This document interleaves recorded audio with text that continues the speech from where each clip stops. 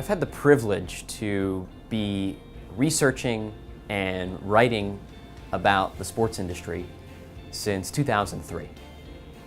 And what I found fascinating about this industry is it is a petri dish for understanding trends in technology, media consumption, digital disruption on revenue models, even things like crisis communication and management. So I've been able to study a wide variety of disciplines and how they all complement or detract from one another through my research on the sports industry.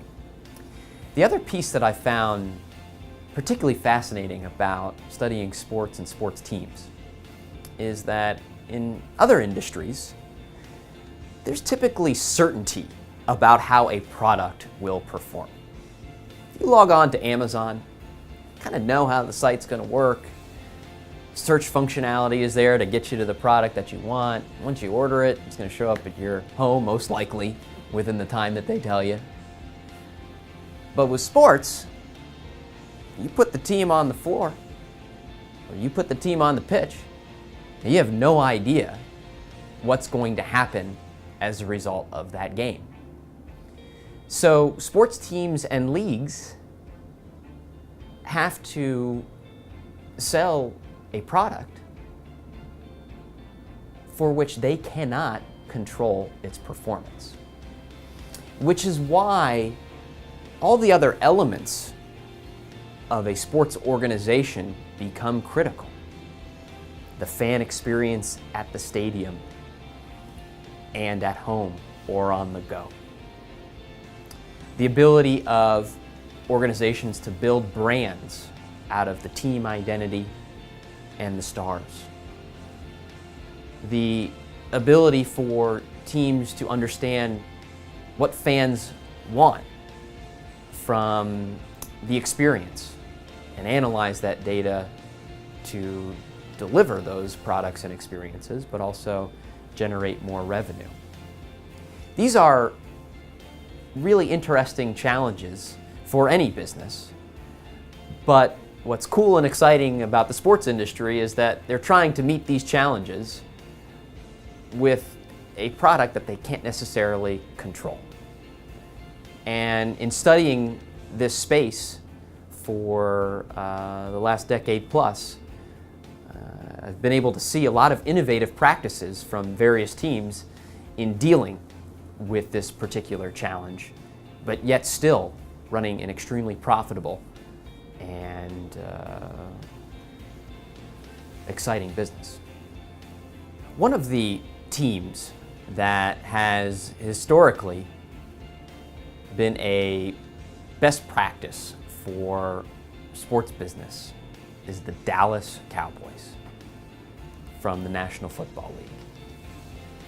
Now, if you look back at the Cowboys' record, it's been 20 years since they've won a Super Bowl. In fact, they have been among the most mediocre teams in the National Football League. Yet, they are the most valuable. And that's because the team under owner Jerry Jones has run the business in a way that, regardless of what's happening on the field any given Sunday, fan engagement is there and revenue streams are producing 365 days a year. We talked about the stadium experience a little bit earlier, and AT&T Stadium is the home field for the Dallas Cowboys. Now, AT&T Stadium is almost a Disney World-like experience for football fans. Sells out, waiting lists to get season tickets, concession stands that would have you thinking that these are gourmet meals and restaurants. And yet, you have to remember that there are only 8 home games per regular season, especially when the Cowboys don't make the playoffs. But AT&T Stadium also has a sprawling collection of art that people in the off-season come to visit. There are tours of the stadium.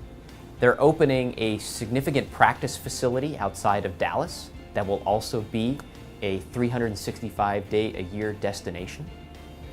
They've built a brand that has a star emblazoned on everything from jackets to pencils, and that merchandise revenue is steady.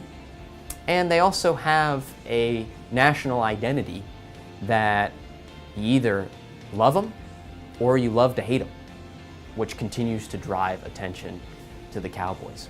So, in essence, regardless of how the Cowboys are performing on the field, they are, through their variety of revenue streams, including their media business, their in-stadium experience, their merchandise, are still an extremely profitable franchise, and I think brings to bear some of the interesting dynamics in the sports industry today.